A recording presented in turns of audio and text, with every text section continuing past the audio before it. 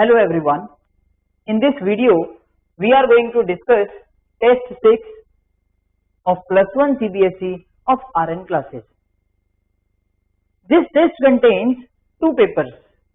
Paper 1, which contains 25 single answer type questions, and paper 2 contains subjective questions.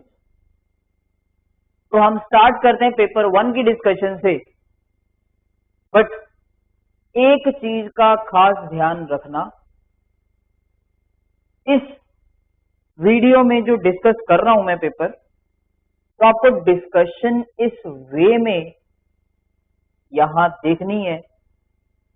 आपको ये observe करना है कि हम क्वेश्चंस में कॉन्सेप्ट कैसे लगा रहे हैं, plus single answer type questions को अटेम्प्ट करने के लिए कितने कम से कम स्टेप्स लिखें, सो दैट 60 मिनट्स के अंदर हम पहले क्वेश्चन से लेके एंड वाले क्वेश्चन तक जरूर पहुंच पाए।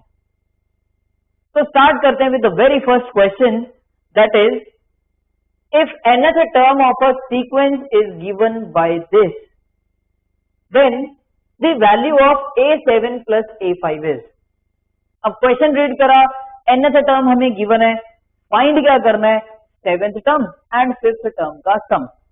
और ये दोनों टर्म्स हम बहुत इजीली फाइंड कर सकते हैं। nth टर्म अगर गिवन है तो मैं 7th टर्म निकाल लेता हूं, n को पुट करूंगा 7, तो n को 7 रखा, इधर भी n को 7 रखा, we will get -1 raised to power 6, और n की जगह 7 रखा तो 7 raised to power 4। And on the same lines, for 5th term, put n equals to 5. So n को 5 रखा, we will get -1 raised to the power 4 और 5 raised to power 4। अब जैसे हम इन दोनों को सिंप्लीफाई करके ऐड करेंगे, we will get the final answer as option B, that is 3026.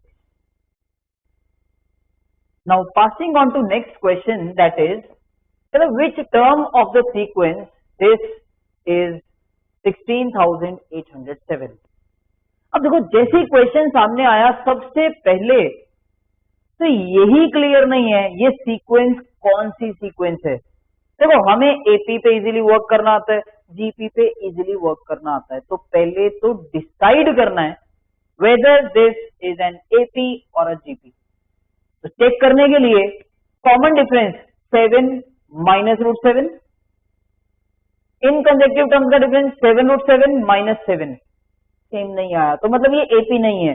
Common ratio check कर लेते हैं अब। 7 by root 7 is root 7, 7 root 7 by 7 root 7, 49 by 7 root 7 is again root 7, तो common ratio remain same. It means this sequence is definitely a GP. अब कहता इस GP की कौन सी टर्म ये है। अब कौन सी टर्म मान लेते हैं ना, let this be nth term of a GP. तो nth term is a which is root 7 into r which is again root 7 raised to power n minus 1 which is equal to 16807। Simplify करना बहुत ही आसान है, basis same है, multiplication में powers add हो जाएंगी, तो रूट 7 की power n will be equal to 16807। अब मेरे को n की वैल्यू चाहिए। In order to find the value of n, मैं एक काम करता हूं, यहां बेस रूट 7 है तो इसको भी मैं रूट 7 की पावर्स में कन्वर्ट कर लेता हूं। तो जैसे ही आप चेक करोगे, this quantity turns out to be root 7 की पावर 10, एंड बेसिस अगर सेम है, on comparing we will get the value of n which is 10, तो answer is option C. Now question number 3 is, कहता है 5 times the 5th term of an AP is equal to 11 times the 11th term, then 16th term of an AP is। देखो, question read करते ही बिल्कुल clear है।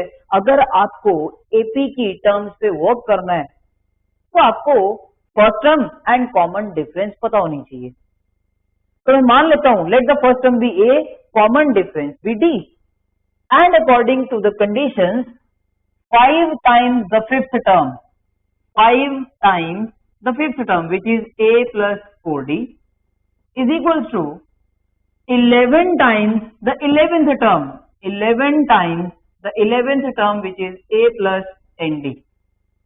ये condition हमें given थी और फाइंड क्या करना था, then 16th term of any piece, target भी लिखा 16th term is a plus 15d, ये मेरे को पता करना है. Let's see a plus 15d तक हम कैसे पहुंच सकते हैं यूजिंग द गिवन कंडीशन. पहले तो मैं इसको सिंप्लीफाई करूंगा, इधर से आएगा 5a और ये है 11a, साइड चेंज करूंगा आई विल गेट -6, यहां से बना 20d, यहां से बना 110d, साइड चेंज करी तो I will get -90d equals to 0. Clearly नजर आ रहा है इन दोनों में से -6 कॉमन, जैसे ही -6 कॉमन निकला I will get a plus 15d which is equal to 0. और -6 की अगर मैं साइड चेंज करूंगा तो वो साइड चेंज होने के बाद बनेगा 0. और अगर आप ध्यान दो जो टारगेट था a plus 15d वो जनरेट हो गई term and in fact answer is 0. तो answer is option A. Now passing on to next, that is in a GP the third term is 50 and the sixth term is also given. The sum of first term and the common ratio is. देखो question read करके एक बात बिल्कुल clear है, मेरे को GP की terms में वर्क करना है. For that I need first term and common ratio. तो मान लेते हैं first term a, common ratio r, conditions directly लिख लेते हैं. Third term is 50 that is a are square and sixth term that is a into r power 5 is 6250. और find क्या करना था, sum of first term and common ratio, first term and common ratio का sum. मतलब मेरे को A and are की values चाहिए. फॉर दैट इन दोनों गिवन कंडीशंस में एक सिमिलैरिटी, दोनों में ए नजर आ रहा था, तो मैं क्या करता हूं ए इलिमिनेट कर देता हूं by dividing this two. A R power 5 divided by A are square I will get R cube. 6250 divided by 50 I will get 125. तो यहां से सीधा सीधा पता चल गया आर की वैल्यू 5. एंड वंस आर की वैल्यू 5 यहां पुट करेंगे तो ये बन जाएगा 25. सीधा नजर आ रहा है ए की वैल्यू 2 और दोनों की वैल्यूज आ गई. हमसे पूछा था इनका सम दैट इज 7. तो answer is option B. Now fifth question is, कहता the sum of the series 6 square plus 7 square plus 8 square and so on up to 30 square is. देखो इस सीरीज का सम फाइंड करने के लिए एज इट इज मेरे को result तो नहीं आता. 6 square plus 7 square plus 8 square and so on up to 30 square. But हाँ, क्योंकि कंसेक्यूटिव नेचुरल नंबर्स चल रहे हैं और इनके स्क्वायर्स, एक रिजल्ट माइंड में आया that is sum of squares of first n natural numbers. But इधर तो स्टार्टिंग वाले मिसिंग थे, 1 square 2 square 3 square 4 square 5 square. तो एक काम करते हैं ना, जो मिसिंग है क्यों ना उनको ऐड कर ले. तो ऐड करा 1 square plus 2 square plus 3 square plus 4 square plus 5 square, ये ऐड करा इसमें इन सब में 6 square plus 7 square plus so on plus 30 square. अब अगर इतना पार्ट हमने ऐड करा अपनी तरफ से, तो एक काम करते हैं इसको सब्ट्रैक्ट भी कर देंगे. 1 square plus 2 square plus 3 square plus 4 square plus 5 square. अब अगर आप ऑब्जर्व करो तो अब मैं ये सम फाइंड कर सकता हूं. कैसे? ये बन गया sum of squares of first 30 natural numbers. देखो मेरे को रिजल्ट क्या आता है, sum of squares of first n natural number that is n into n plus 1 into 2n plus 1 by 6. And बिल्कुल ऑन द सेम लाइन ये यहां पे भी एप्लीकेबल है। क्यों? 1 square, 2 square, 3 square, 4 square, 5 square, sum of squares of first 5 natural numbers. तो मैं काम करता हूं, इसका सम फाइंड करने के लिए इसी रिजल्ट में n को पुट कर देता हूं 30, because this is sum of squares of first 30 natural numbers. तो ये आएगा 30 into 31 into 60 plus 1 61 by 6 minus this is again sum of squares of first 5 natural numbers. इसी रिजल्ट में n की जगह 5 पुट करूंगा, तो I will get 5 into 5 plus 1 6 into 10 plus 1 11 by 6। अब आप इसको जैसे ही सिंप्लीफाई करोगे you will get the answer as 9400. So the final answer is option D. Now the next one is in an AP if 7th term is 1 by 3 and 3rd term is 1 by 7, then the sum of first 21 terms is. अब question पढ़ के बिल्कुल clear है, यहां भी आपको AP की terms पे वर्क करना है। For that, you need first term and common difference. So let the first term be A and common difference be D. So conditions जो given है, 7th term given है 1 by 3 means A plus 6D is 1 by 3. And also we are given third term is 1 by 7. Third term of an AP is A plus 2D which is 1 by 7. What we have to find? Sum of first 21 terms, target जरूर लिखो 21 by 2 into 2a plus 21 minus 1 that is 20 into d। तो कुल मिला के मेरे को a and d की values चाहिए बस।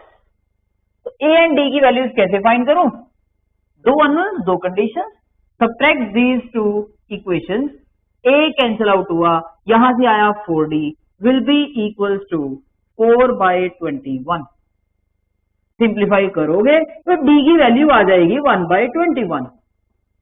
तो d की वैल्यू तो मिल गई, पुट कर देता हूं यहां पे, d की जगह पे रखा 1 by 21। अब मेरे को चाहिए a की वैल्यू। a के लिए क्या करते हैं, d की वैल्यू इस कंडीशन में पुट कर देता हूं, तो I will get a plus 6 into 1 by 21 equals to 1 by 3। जैसे इसको सिंप्लीफाई करोगे a की वैल्यू भी आ जाएगी 1 by 21। a की वैल्यू भी यहां सब्स्टिट्यूट करी 1 by 21, तो ये बन गया 2 by 21।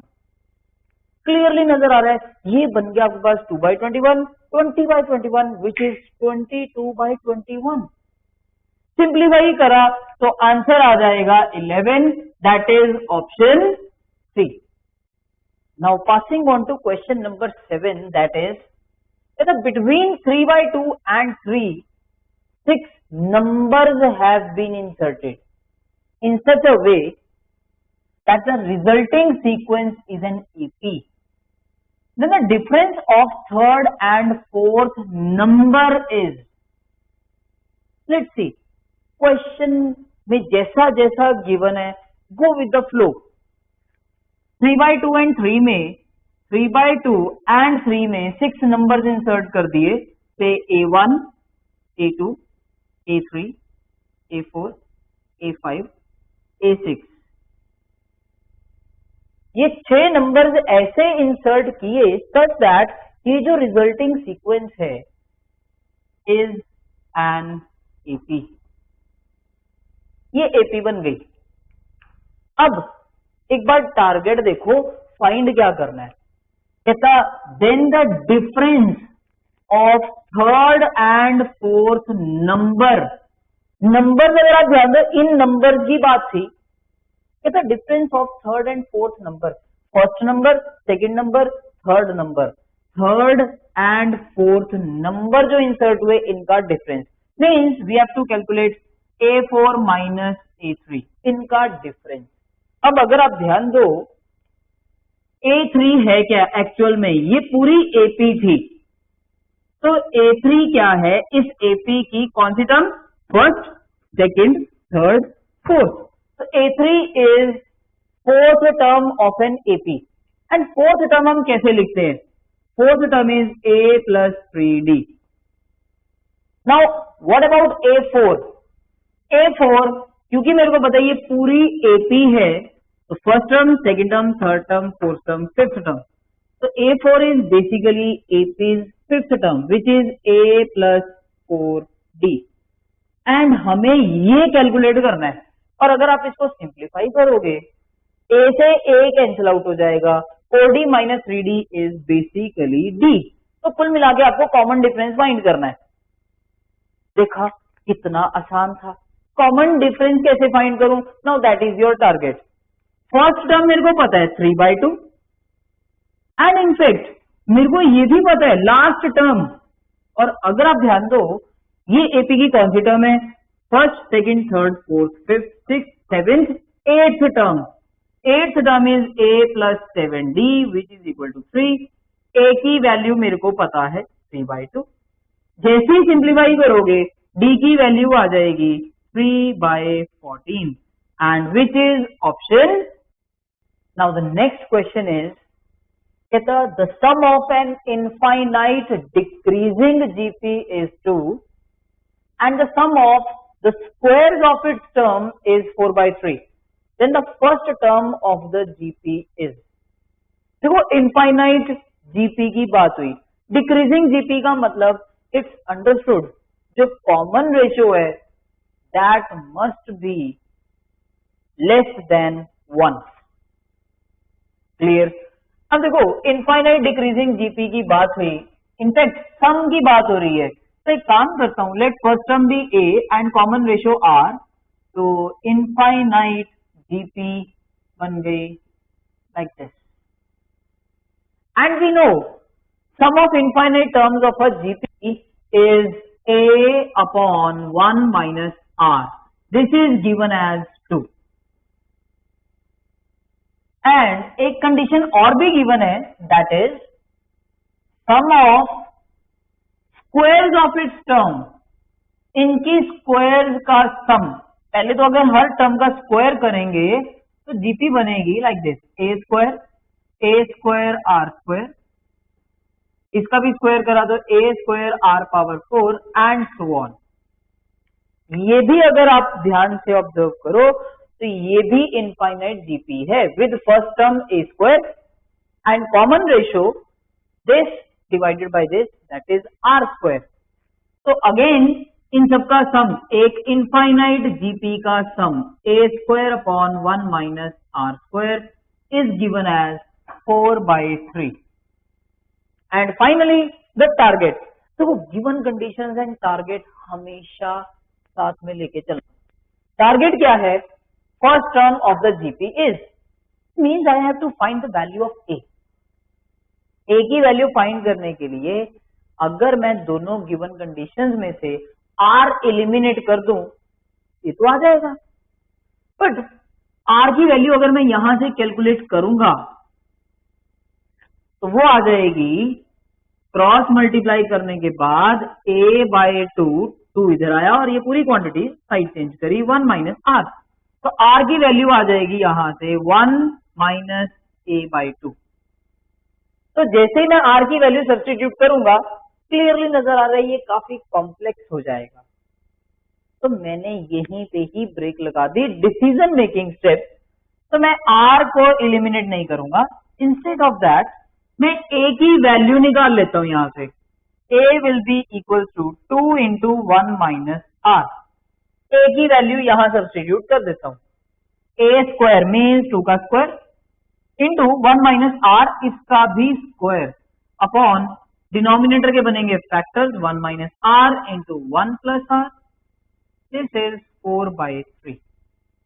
क्लियरली नजर आ रहा है 4 से 4 कैंसिल, 1 माइनस आर एक फैक्टर कैंसिल, क्रॉस मल्टीप्लाई करूंगा यहां से तो आर की वैल्यू आ जाएगी 1/2 एंड आर की वैल्यू जैसे ही आई यहां सब्स्टिट्यूट कर दो 1/2। 1 माइनस 1/2 इज 1/2, क्रॉस मल्टीप्लाई करा 1/2, 2 से 2 कटा, क्लियरली नजर आ रहा है ए की वैल्यू आ गई 1।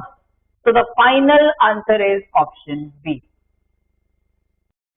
Now the next question is given a GP with first term and seventh term as free. Then the sum of first 7 terms of the GP where common ratio is greater than 0 is. अब देखो given conditions यहाँ clearly mentioned है. First term भी पता है, seventh term भी given है. Seventh term of GP is a into r raised to power 6 which is given as free.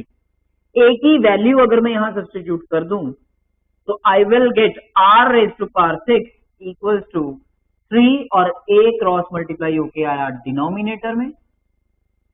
अब हम इसको इजीली सिंप्लीफाई कर सकते हैं. ये कैंसिल आउट हुआ तो 729. तो r पावर 6 इज 1/729. तो r की यहां से दो पॉसिबल वैल्यूज मिल गई, दैट इज प्लस माइनस 1/3. क्यों? अगर प्लस 1/3 की पावर 6 करूंगा तो भी ये क्वांटिटी मिल जाएगी, माइनस 1/3 की पावर 6 करूंगा तो भी मेरे को 1/729 मिलेगा. ध्यान से, बट क्वेश्चन में मेंशन्ड है कॉमन रेशियो r जो है दैट इज ग्रेटर देन 0, तो इसलिए नेगेटिव वैल्यू को हमने कर दिया रिजेक्ट. तो r की वैल्यू 1/3. फर्स्ट टर्म हमें पता है, व्हाट इज द टारगेट?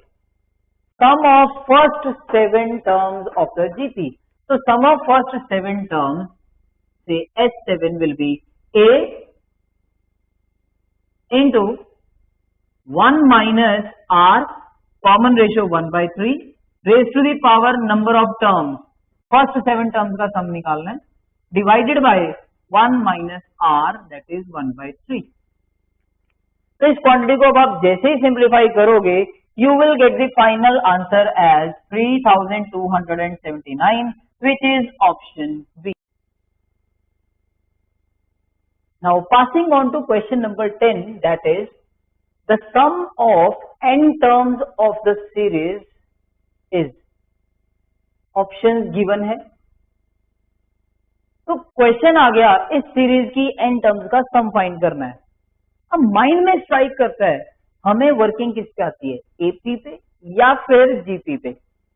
अगर आप ध्यान दो इनके बीच में जो गैप है, इनके बीच में जो गैप है क्लियरली नजर आ रहा है, बहुत तेजी से बढ़ रहा है. इसका मतलब कॉमन डिफरेंस सेम तो नहीं आएगा, एपी तो नहीं है. जीपी देख लेते हैं. कॉमन रेशियो 105/12, सिंप्लीफाई कर लो, 1008/105, ये भी सेम नहीं आ रही. तो कॉमन रेशियो भी सेम नहीं है. इट मींस ये जीपी भी नहीं है, एपी भी नहीं है, जीपी भी नहीं है. The question is how to find the sum. तो ऐसे केस में हम टर्म्स में कुछ पैटर्न ऑब्जर्व करते हैं. उसके लिए टर्म्स काफी ध्यान से ऑब्जर्व करनी पड़ेंगी. 12, 105, 1008. अगर आप ऑब्जर्व करो यहां से मेरे को नजर आया ये नंबर जो था 1000 के पास है, ये नंबर 100 के पास है, एंड क्लियरली नजर आ रहा है ये नंबर 10 के पास है. इस ऑब्जर्वेशन का benefit, I can write 12 as 10 plus 2. This complete is the first term of this series, plus 105 को मैं लिख सकता हूं 100 plus 5, प्लस थर्ड टर्म को मैं लिख सकता हूं 1000 plus 8 एंड सो ऑन. अब अगर आप ध्यान दो, अगर हर ब्रैकेट की फर्स्ट टर्म को मैं पिक कर लूं 10, 100, 1000, तो ये तो एक जीपी बन जाएगी ना, जिसका सम हम फाइंड कर सकते हैं. और अगर आप हर ब्रैकेट की सेकंड टर्म्स पिक करो 2, 5, 8, ये भी नाइस बन रही है. क्यों? 2 और 5 में जो डिफरेंस है दैट इज 3, 5 और 8 में जो डिफरेंस है दैट इज 3, तो ये एपी बन जाएगी. तो एक काम करता हूं, इनको ऐड करने के लिए हर ब्रैकेट की first term 10 plus 100 plus 1000 plus so on, इन सबको इकट्ठे करके ऐड करा, प्लस हर ब्रैकेट की second term 2 plus 5 plus 8 plus so on. अब मैं इनका सम निकाल सकता हूं प्रोवाइडेड मेरे को ये पता चल जाए फर्स्ट ब्रैकेट में नंबर ऑफ टर्म्स कितनी है. अब ध्यान से देखना, सीरीज की जो फर्स्ट टर्म है ये बनी, सेकंड टर्म जो है वो सेकंड ब्रैकेट में है, third term of the series is the third bracket. तो ऐसी ऐसी कितनी ब्रैकेट्स होंगी? ऑफ कोर्स मेरे को इस सीरीज की n टर्म्स का सम निकालना है, तो first bracket, second bracket, third bracket, fourth bracket will represent fourth term. तो ऐसी ऐसी n ब्रैकेट्स होंगी, n ब्रैकेट्स।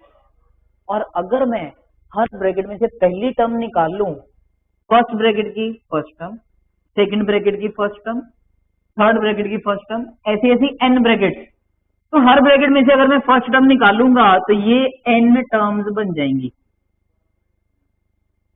एंड बिल्कुल ऑन द सेम लाइन, अगर मैं हर ब्रैकेट में से सेकंड टर्म्स इकट्ठी करूंगा, हर ब्रैकेट में से इकट्ठी करनी है सेकंड टर्म, तो here I will get n terms. क्यों? Total n brackets are there, हर ब्रैकेट में से सेकंड टर्म निकालूंगा, n ब्रैकेट्स, तो n terms. Now I can easily find sum of n terms of this GP। First term पता है, common ratio 10 है। I can also find sum of n terms of this AP. First term is 2 and the common difference is 3. And जैसे ही आप इन सबको add करोगे, finally you will get the answer as option. Now passing on to next question, that is, कहता the minimum value of this expression where x belongs to all reals is. अब देखो, सबसे पहला स्टेप होता है to interpret the question. हमें चाहिए इस एक्सप्रेशन की मिनिमम वैल्यू। मिनिमम वैल्यू का मतलब I am interested in finding this expression is greater than equal to which number. खुद सोचो, अगर ये एक्सप्रेशन एक पर्टिकुलर नंबर से बड़ा है तो it means minimum value is that particular number. क्यों? बाकी सारी तो वैल्यूज बड़ी हैं। अब इनइक्वालिटी कैसे जनरेट करूं, that is the main concept. अब आते हैं ऑब्जर्वेशन पे। देखो, इन दोनों नंबर्स का सम और साथ में इनइक्वालिटी, तो माइंड में आता है सम ऑफ नंबर्स, हाँ, अरिथमेटिक मीन में आता है। और इनइक्वालिटी अगर जनरेट करनी है तो माइंड में कॉन्सेप्ट आया AMGM रिलेशनशिप। तो मैं एक काम करता हूं, इन दो नंबर्स पे, ये जो सर्कल करे हुए नंबर्स हैं, इन पे लगाऊंगा AMGM relationship. Arithmetic mean of these two numbers is 4x plus 4 minus x divided by 2, and we know AM is always greater than equal to geometric mean. Geometric mean of these two is positive square root of first into second. And clearly नजर आता है, basis same है, multiplication में powers add हो जाएंगी, x कटेगा, आपके पास आएगा 4 square, that is 16। Root of 16 is 4। But मेरे को चाहिए था इन दोनों का sum greater than equal to, but यहां तो अभी डिनोमिनेटर में 2 है। एक काम करते हैं, मल्टीप्लाई बोथ साइड्स बाय 2, क्योंकि पॉजिटिव नंबर से मल्टीप्लाई करा तो sign of inequality remains same. इधर भी 2 से मल्टीप्लाई करा तो 8। इसका मतलब this expression is greater than equal to 8, तो इस एक्सप्रेशन की मिनिमम वैल्यू आ गई 8। तो answer is option D. Now question number 12 is, the number of bacteria in a certain culture triples every hour if there were 20 bacteria present in the culture originally. Then the bacteria count at the end of 5th hour is, देखो कहते हैं initially 20 थे and after every hour triple हो रहे हैं। पूछा क्या है? At the end of 5th hour। जब भी क्वेश्चन अटेम्प्ट करना हो, always go with the flow. Initially जब टाइम काउंट करना स्टार्ट करा, 20 bacteria were there. At the end of 1st hour, मतलब इनिशियली स्टार्टिंग से लेके पूरा 1 घंटा, 1 घंटे के बाद वो ट्रिपल हो जाएंगे, तो 20 से हो गए 60। तो इसका मतलब at the end of first hour 60 bacteria were there. Similarly at the end of second hour फिर 1 घंटे के गैप के बाद ट्रिपल हो जाएंगे, तो ये हो गए 180। फिर at the end of third hour फिर ट्रिपल हो जाएंगे इसके 540। Similarly at the end of fourth hour इसका फिर से ट्रिपल 0216। फिर at the end of fifth hour जो एक्चुअली में हमें चाहिए, फिर से इसका ट्रिपल 0684। तो at the end of fifth hour में जो बैक्टीरिया काउंट होगा that is 4860, which is option A. Now the next question is, कहता let Sn denote sum of first n terms of an AP. कहते if S2n is equal to 3 times Sn, then S3n ratio Sn is equal to, सबसे पहले तो given condition कहता sum of first 2n terms of an AP, that is 2n by 2 into 2a plus number of terms 2n minus 1 into d. This is equals to 3 times the sum of first n terms of an AP. 3 times the sum of first n terms n by 2 into 2a plus n minus 1 into d. ये given है and the target is we have to find sum of first 3n terms of an AP, that is 3n by 2 into 2a plus 3n minus 1 into d, इसकी ratio with Sn. Sum of first n terms of an AP, that is n by 2 into 2a plus n minus 1 into d. ये ratio find करनी है मेरे को। Clearly नजर आ रहा है, पहली बात n by 2 से n by 2 तो हो गया कैंसिल आउट। अब जो टर्म्स बची इसमें इन्वॉल्व हो रहा है a n and d, a n and d। How to proceed further?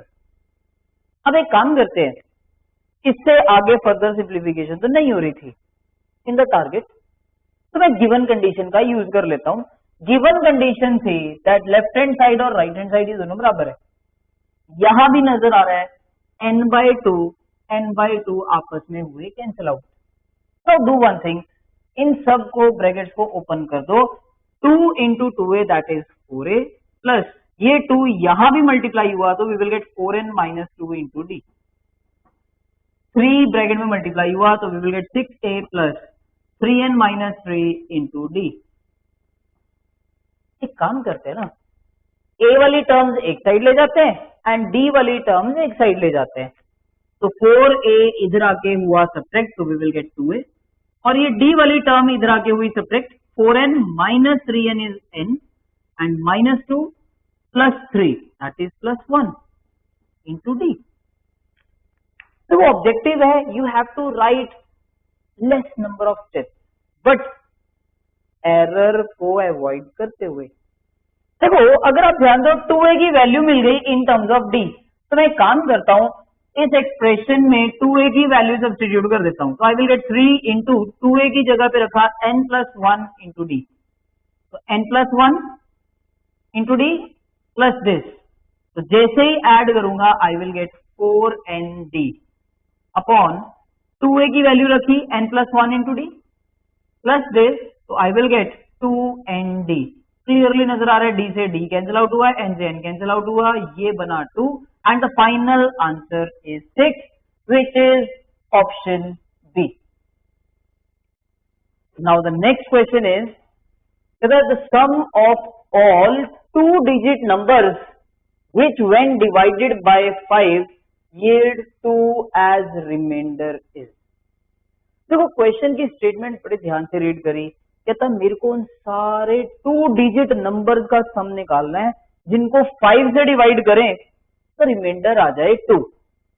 तो क्लियरली नजर आता है 2-digit नंबर सबसे पहला आएगा 10 दैट इज डिविजिबल बाय 5। फिर 11 की बात करी, फिर 12 पे आया, 12 को जैसे ही 5 से डिवाइड करूंगा तो रिमाइंडर आएगा 2। तो सबसे पहला नंबर मिला 12। आफ्टर दिस क्लियरली नजर आता है 13, 14, 15 फिर से 5 से डिवाइड हो जाएगा, 16 5 से डिवाइड करने पे रिमाइंडर 1, 17 को 5 से डिवाइड करूंगा तो remainder 2 and in fact next number मिलेगा 22, फिर इसके बाद मिलेगा 27 एंड सो ऑन। क्लियरली नजर आ रहा है नंबर्स किस टाइप के हैं, 5 के मल्टीपल्स में जैसे ही मैं 2 ऐड करूंगा तो that number when divided by 5 will always give the remainder 2। तो लास्ट 2 डिजिट नंबर कौन सा होगा, ऑफ कोर्स कंडीशन को सेटिस्फाई करता हुआ 95 मेरे को पता है 5 से एग्जैक्टली डिविजिबल है, उसमें 2 ऐड कर दो 97, तो 97 will be the last number. तो मेरे को इन सब नंबर्स को क्या करना है, ऐड करना है और क्लियरली नजर आ रहा है ये सारे नंबर्स एपी में है, 5 का गैप चल रहा था, फर्स्ट नंबर भी पता है, लास्ट नंबर भी इनफैक्ट पता है। अगर मेरे को नंबर ऑफ टर्म्स कितनी है ये पता चल जाए, I can easily find the sum.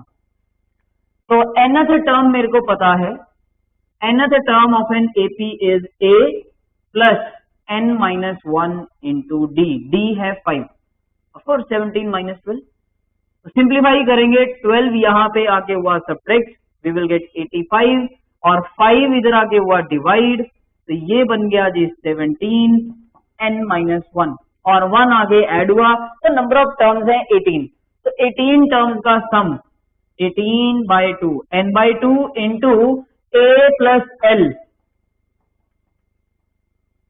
तो ये जैसे ही हम सिंप्लीफाई करेंगे अब इसको, we will get the final answer as 981, which now passing on to next question, that is the sum of indicated number of terms of this given series up to 12 terms is। तो clearly नजर आ रहा है इस question में मेरे को given series का सम फाइंड करना है और वो भी फर्स्ट 12 टर्म्स का। तो सबसे पहले तो हम ये देखेंगे जो गिवन सीरीज है वो एपी है या जीपी है। फॉर दैट अगर आप नंबर्स को ऑब्जर्व करो तो we can simplify these numbers, √8 can be written as 2√2, √18 can be written as 3√2 and so on. तो क्लियरली नजर आ रहा है इसमें और इसमें गैप है √2 का, इसमें और इसमें गैप है √2 का, तो common difference remains same, it means given series is an AP. तो एपी की 12 टर्म्स का सम निकालना है, सीधा रिजल्ट लगाएंगे, sum of first 12 terms is 12/2 which is 6 into twice of a 2√2 plus n minus 1 that is 12 minus 1 11 into common difference which is 2√2 minus √2 that is √2। इसको जैसे ही सिंप्लीफाई करेंगे क्लियरली नजर आ रहा है, नेक्स्ट स्टेप पे लिखने की जरूरत नहीं है, 13√2 into 6 that is 78√2 which is option।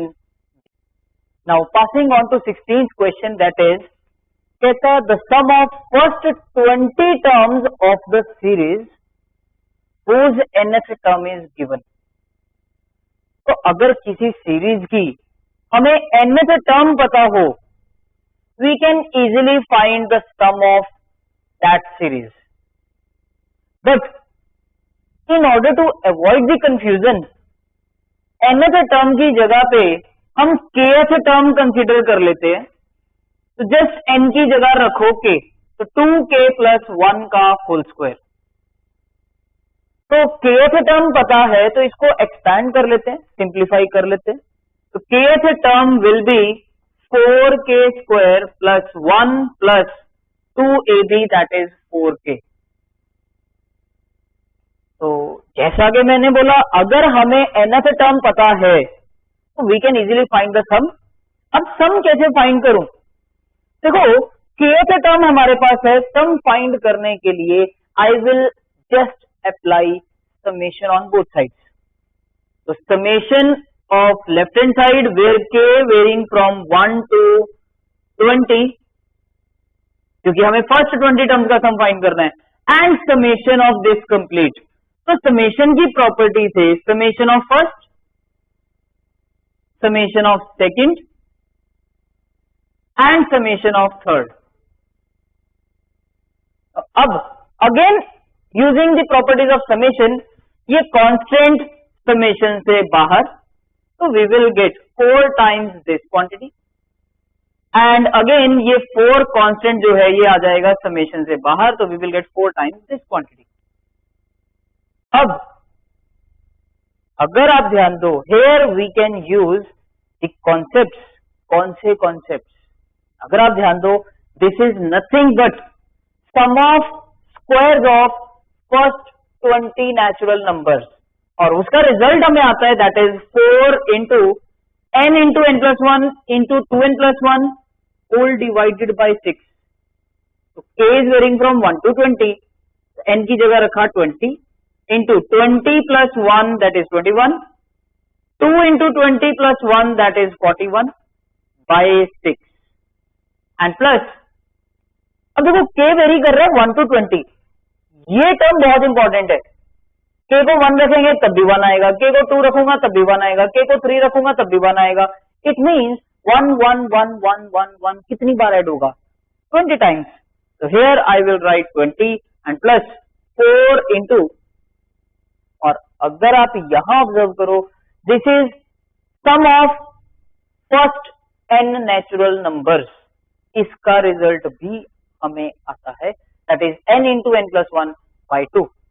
But n is varying from k is varying from 1 to 20, तो हम वैल्यू रखेंगे 20, तो ये आ गया 20 इंटू 20 प्लस 1 बाई 2. अब इसको कैलकुलेट करना है. जैसे ही हम कैलकुलेट करेंगे we will get the final answer as 12340 which is option D. हाँ जी. Now the next one is कहता the sum of the series this is. तो सबसे पहले तो अगर आप ऑब्जर्व करो तो इस सीरीज की जो टर्म्स हैं they are given as product of 2 numbers, 1 into 3, 2 into 9, 3 into 27, 4 into 81 and so on. We are given its nth term also n into 3 raised to power n. अब इस सीरीज का सम कैसे फाइंड करें? देखो clearly नजर आ रहा है ये एपी भी नहीं है एंड इनफैक्ट ये जीपी भी नहीं है. बट हाँ, ये ऑब्जर्व करा, each term is represented as product of 2 numbers. तो हम एक काम करते हैं, अगर फर्स्ट नंबर पिक करें 1 2 3 4 एंड सो ऑन, क्लियरली नजर आ रहा है 1 2 3 4, इनमें जो गैप है that is fixed which is of 1. इसका मतलब जो प्रोडक्ट के फर्स्ट नंबर्स हैं they are in AP and second numbers अगर ऑब्जर्व करें 3 9 27 81, क्लियरली नजर आ रहा है जैसे ही आगे बढ़ रहे हो तो आपको नेक्स्ट टर्म मिल रही है by multiplying previous number by 3. It means ये जो सेकंड नंबर्स हैं दे आर इन जीपी. तो इट मीन्स ये सीरीज मिली कैसे? By multiplying corresponding terms of AP and GP. इसका मतलब ये जो सीरीज हमें गिवन थी this is an AG series, arithmetico geometric series. AG series का सम फाइंड करने का method, let this be S n. तो हमें सम ऑफ एन टर्म्स ही फाइंड करना है. तो method is we will multiply both sides by common ratio. अब कॉमन रेशो क्या है? जीपी थी 3 9 27 81, तो कॉमन रेशो इज 3.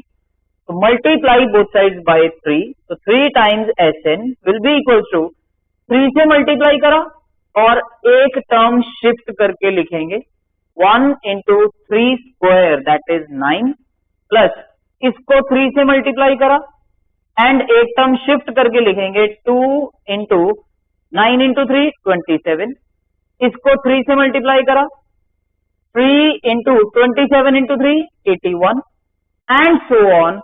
बिल्कुल ऑन द सेम लाइन इसको भी 3 से मल्टीप्लाई करेंगे और एक शिफ्ट करके लिखेंगे n into 3 raised to power n plus 1. हाँ जी. अब ध्यान से, now we will subtract these two. अब सब्ट्रैक्ट करने से बेनिफिट क्या मिला, अगर आप ध्यान दो, left hand side is Sn minus 3 times Sn, that is minus 2 times Sn, और यहां राइट हैंड साइड पे क्या आएगा, 1 into 3 plus 2 into 9 minus 1 into 9, that is 1 into 9 plus 3 into 27 minus 2 into 27, that is 1 into 27 plus again यहां पे 4 into 81 minus 3 into 81, that is 1 into 81, and similarly ये सारी terms आगे चलती जाएंगी। अब क्वेश्चन अराइज होता है, इसके नीचे कौन सी टर्म आएगी, वो हमें पता चल जाएगी अगर मैं यहां ये ढूंढ लू यहां कौन सी टर्म आएगी। अब अगर आप ध्यान दो, हमने ये लिखी कैसे टर्म्स, कॉमन रेशियो 3 से मल्टीप्लाई करा सबको, और ईच टर्म हमने शिफ्ट कर दी बाय 1, इसको भी 1 से शिफ्ट करा, इसको भी एक टर्म आगे शिफ्ट करा, इसको भी एक आगे शिफ्ट करा, तो यहां कौन सी टर्म आएगी, जो इससे जस्ट पहले वाली टर्म होगी। तो we need to write term just before this. अब वो हम बहुत इजीली लिख सकते हैं, फर्स्ट फैक्टर ऑब्जर्व करो, 1 2 3 4, जैसे आप आगे चल रहे हो तो 1 ऐड हो रहा है, बैक चलोगे तो 1 क्या हो रहा है, सब्ट्रैक्ट, तो n में से 1 माइनस करा, n माइनस 1 इंटू, और क्लियरली नजर आ रहा है ये जो सेकेंड नंबर्स हैं ये 3 की पावर्स में चल रहे हैं, 3 पावर 1 3 पावर 2 3 पावर 3 3 पावर 4। अब देखो बैक जाओगे तो पावर क्या होंगी, 3 पावर 4 से 3 पावर 3, 3 पावर 3 से 3 पावर 2, तो पावर्स आर डिक्रीजिंग बाय 1 अगर बैक चलते हो। तो यहां अगर पावर n है तो इससे बैक चलोगे तो 3 पावर n माइनस 1। तो जस्ट बिफोर दिस वाली टर्म लिखी, अब इसको भी 3 से मल्टीप्लाई करो और इसको भी एक शिफ्ट कर दो, we will get plus n minus 1 as it is, into इसको 3 से मल्टीप्लाई करा तो we will get 3 raise to power n, और सब्ट्रैक्ट करना है। अब जैसे ही सब्ट्रैक्ट करोगे तो you will get 1 into 3 raise to power n, और लास्ट टर्म है minus n into 3 raise to power n plus 1। अब अगर आप ऑब्जर्व करो तो यहां से आपको बेनिफिट मिल गया, कैसे, देखो 1 into 3 1 into 9 1 into 27 1 into 81 and so on up to 1 into 3 raise to power n। अगर आप इसको सिंप्लीफाई करो तो ये बन गया 3 और ये बना 9 और ये बना 27, ये बन गया 81 और ये बन गया 3 raise to power n, and in fact this is nothing but a GP जिसकी फर्स्ट टर्म भी नजर आ रही है 3, एंड इनफैक्ट कॉमन रेशियो भी नजर आ रही है 3, and in fact number of terms भी क्लियरली नजर आ रही हैं। नंबर ऑफ टर्म्स अगर आप ध्यान दो, 3 की पावर 1 फर्स्ट टर्म, 3 की पावर 2 सेकेंड टर्म, 3 की पावर 3 थर्ड टर्म, तो 3 की पावर n ये आ गई nth टर्म, तो these are n terms. Now you can find sum of n terms of this GP. जैसे ही आप सम का फॉर्मूला लगाओगे, -2 से डिवाइड करोगे, you will get the final answer as option C. Now passing on to next, that is case study.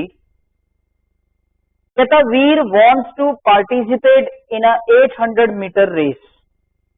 He can currently run that distance in 204 seconds.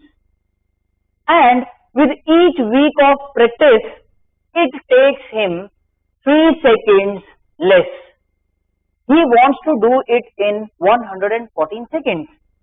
Then the first question is the difference in time taken by him to cover 800 meters at the end of third week and that at the end of 7th week is.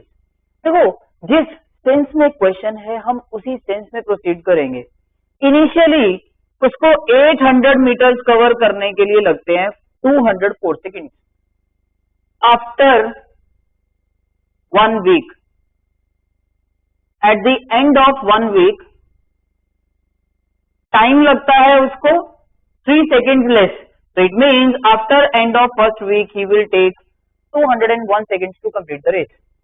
And after the end of second week 3 seconds further less हो जाएंगे तो 198 seconds लगेंगे. अब कहता after the end of third week again 3 seconds less हो जाएंगे तो 195 seconds. तो थर्ड वीक के एंड में बात करी हुई थी एंड सेवेंथ वीक के एंड पे. तो आप देख लो थर्ड वीक के एंड फोर्थ वीक के एंड पे टाइम लगेगा 192 seconds. फिफ्थ वीक के एंड पे 189, सिक्स्थ वीक के एंड पे 186 एंड सेवेंथ वीक के एंड पे 183 seconds.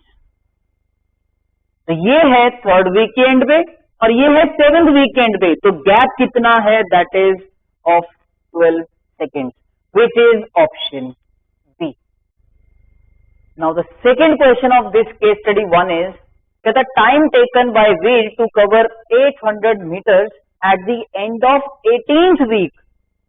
अब जैसा क्वेश्चन है हम उसी सेंस में प्रोसीड करेंगे. At the end of 18th week की बात हुई तो मैं यहां से कैलकुलेट करना शुरू करूंगा. At the end of first week time taken by him is 201 seconds.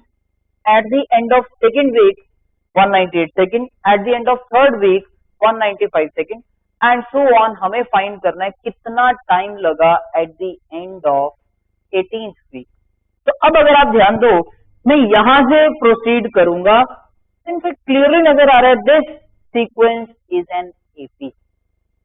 First term 201 first week के एंड पे मतलब फर्स्ट टर्म, सेकेंड वीक के एंड पे सेकेंड टर्म, थर्ड वीक के एंड पे थर्ड टर्म, 18th वीक के end पे मतलब इस सीक्वेंस की 18th टर्म.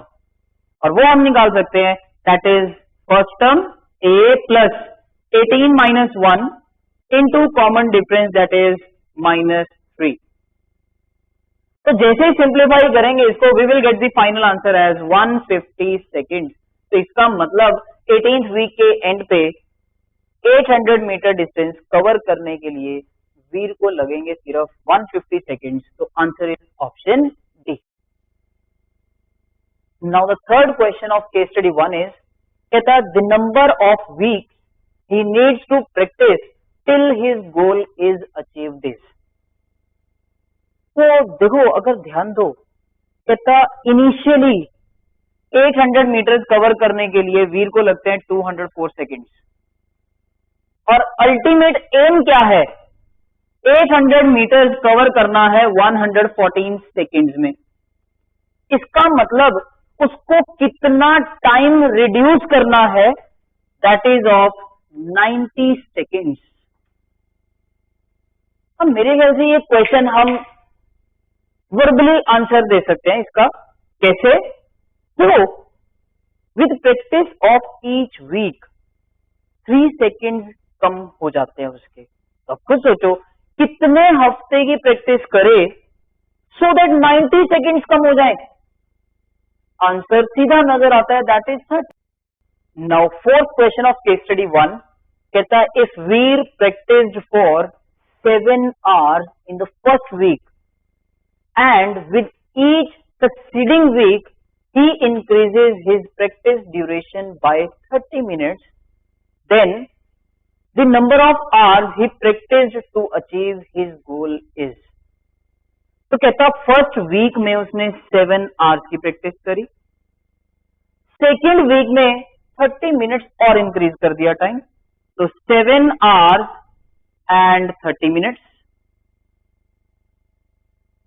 अब नेक्स्ट वीक में फिर से 30 minutes और इंक्रीज हुआ तो थर्ड वीक में उसके लग गए 8 hours and so on. And ये भी हमें पता है अपना गोल अचीव करने के लिए उसने 30 वीक्स तक प्रैक्टिस करी. तो अब अगर आप ध्यान दो पूछा क्या था हमसे? Total time taken by him to practice. मतलब हमें ये सारा टाइम क्या करना है? ऐड करना है. ऐड करने के लिए क्लियरली नजर आ रहा है, ये जो सीक्वेंस नजर आ रही है, this is again an AP. क्यों? हर बार 30 मिनट्स ही तो इंक्रीज हो रहे थे। तो फर्स्ट टर्म मेरे को पता है 7, first term is 7, number of terms भी पता है, 30 वीक्स तक प्रैक्टिस करी तभी गोल अचीव होगा। तो n is 30, clear. And common difference जो है that is of 30 minutes means 1/2 hour, और you can say common difference is 1/2, clear. Number of terms पता है, फर्स्ट टर्म पता है, कॉमन डिफरेंस पता है, you can easily find the sum of all these terms. तो जैसे ही कैलकुलेट करोगे you will get the final answer as option B which is 427 hours and 30 minutes. Now passing on to case study 2, that is, कहता a person writes a letter to 5 of his friends. He asks each of them to copy the letter and mail to 3 different persons with instructions that they move the chain similarly. Assuming that the chain is not broken and it cost ₹2 to mail one letter, then answer the following question. Now question number 1 of this case study is the number of letters mailed in the 6th set only. अब देखो, जैसे ही हमने ये situation observe करी तो हुआ क्या, एक पर्सन ने 5 लेटर्स मेल करी, तो मीन्स फर्स्ट सेट में 5 लेटर्स मेल हुई। अब सेकंड सेट में क्या हुआ, ये 5 लेटर्स जिन फ्रेंड्स के पास गई तो हर फ्रेंड ने फर्दर लेटर्स कॉपी करी और आगे 3 और को मेल करी। तो फर्स्ट ने भी 3 को मेल करी, सेकंड फ्रेंड ने भी 3 को फर्दर मेल करी, थर्ड फ्रेंड ने भी 3 को मेल करी, फोर्थ फ्रेंड ने भी 3 को मेल करी, फिफ्थ फ्रेंड ने भी 3 लेटर्स आगे मेल करी। तो इट मीन्स टोटल कितनी लेटर्स इन 5 फ्रेंड्स ने मेल करी, दैट इज 3 into 5 15। तो सेकंड सेट में 15 लेटर्स मेल हुई। अब थर्ड सेट में कितनी लेटर्स मेल होंगी, अब क्लियरली मेंशन था चेन इज नॉट ब्रोकन। तो अब ये 15 पर्सन के पास जो लेटर्स पहुंची, अब ये क्या करते हैं, लेटर को कॉपी करते एंड फर्दर 3 को सेंड करेंगे। तो इन 15 पर्सन ने 3 को और मेल करी, तो टोटल कितनी लेटर्स मेल हुई, 15 into 3 that is 45 and so on. ये चेन चलती ही जाएगी। तो अब अगर आप ध्यान दो, कहता 6th सेट में कितनी लेटर्स मेल हुई, तो फर्स्ट सेट में 5 लेटर्स मेल हुई, सेकंड सेट में 15 लेटर्स मेल हुई, थर्ड सेट में 45 लेटर्स मेल हुई, तो 6th सेट में कितने लेटर्स मेल होंगी, that is basically 6th term of this sequence. अब मेरे को ऑब्जर्व करना है ये सीक्वेंस कौन सी है, एपी है या जीपी है। फर्स्ट टर्म हम अगर ऑब्जर्व करें इज 5, तो कॉमन डिफरेंस की अगर बात करूं तो 10 का गैप है इनमें, इनमें 10 का गैप नहीं है, कॉमन डिफरेंस सेम नहीं है। कॉमन रेशियो चेक कर लेते हैं, 15/5 is 3, 45/15 is again 3, common ratio remains same.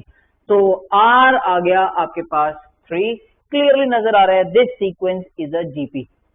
तो इस जीपी की हमें बेसिकली फाइंड करनी है 6th term, and 6th term is a into r raised to the power 5। a की वैल्यू 5, r की वैल्यू 3 raised to power 5। जैसे ही इसको सिंप्लीफाई करेंगे we will get the final answer as 1215, that is option A. Now passing on to next question, that is the 405 letters were mailed in the 3rd set, 4th set, 5th set और 6th set। देखो अगर आप question की options को ध्यान से देखो, options इतने नाइस हैं, क्यों, 3rd set, 4th set, 5th set, 6th set, अगर आप ध्यान दो सीक्वेंस में फर्स्ट सेट में लेटर्स मेल हुई 5, सेकंड में मेल हुई 15, थर्ड सेट में 45 लेटर्स मेल हुई, तो क्लियरली नजर आ रहा है थर्ड सेट तो वैसे ही रिजेक्ट हो गया। फोर्थ सेट में कितनी लेटर्स मेल हुई, 45 इंटू 3 कर लेंगे तो वी विल गेट 135, ये भी रिजेक्ट हो गया। अब फिफ्थ सेट में कितनी लेटर्स मेल हुई, 135 इंटू 3 करेंगे तो वी विल डेफिनेटली गेट 405। और यही क्वेश्चन में पूछा था 405 लेटर्स कौन से सेट में मेल हुई, that is now the third question of this case study is कहता the total number of letters mailed up to the seventh set are. अब देखो इस क्वेश्चन का मतलब क्या है, अगर हम ऑब्जर्व करें total number of letters mailed up to second set, mailed up to second set, total letters कितनी मेल हुई अप टू सेकंड सेट, इन दोनों का sum that is 20। Total number of letters mailed up to third set, third set तक total कितनी letters mail हुई, इन तीनों का सम। तो total number of letters mailed up to seventh set मतलब इस जीपी की 7 टर्म्स का सम। तो 7 टर्म्स का sum, for that we know the relation that is a into r raised to power number of terms minus 1 upon r minus 1, and a की value we know that is 5, common ratio is 3 and common ratio r की जगह fill करा 3।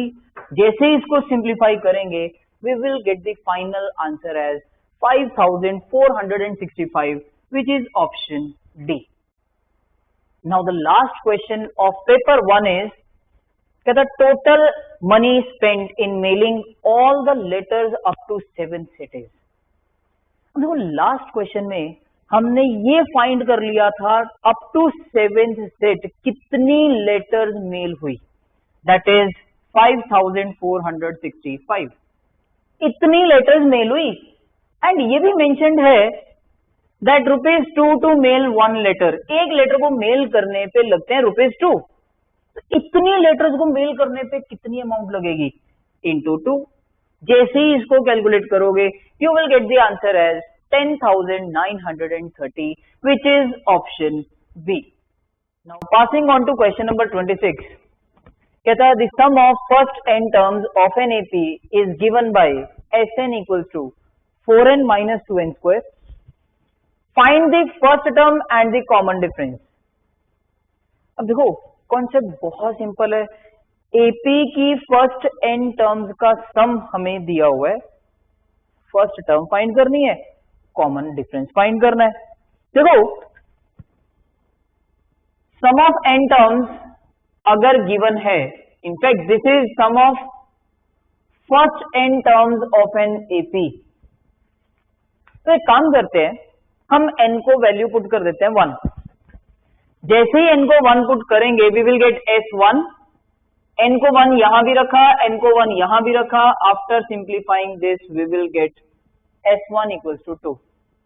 अब S1 का मतलब क्या है, sum of first 1 terms of an AP. इसका मतलब that is the first term of an AP. तो S1 जो है that is basically the first term of an AP. तो फर्स्ट टर्म हमें मिल गई that is 2। Now in order to find the common difference we need to find second term of an AP. अब second term कैसे find करें, अब मैं n को पुट कर देता हूं 2 इन द गिवन रिलेशन। तो we will get S2 equals to 4 into 2 8 and here also we will get 8। तो 8 minus 8 आ गया 0। अब इसको रीड कैसे करेंगे, this is basically sum of first 2 terms of an AP. Sum of first 2 terms means this is A1 plus A2 which is equals to 0। तो हमें तो second term चाहिए ना, सेकेंड टर्म A2 आ जाएगी negative of A1।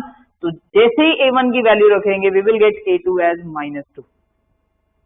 And once second term मिल गई, first term हमें already पता है common difference of an AP will be A2 minus A1.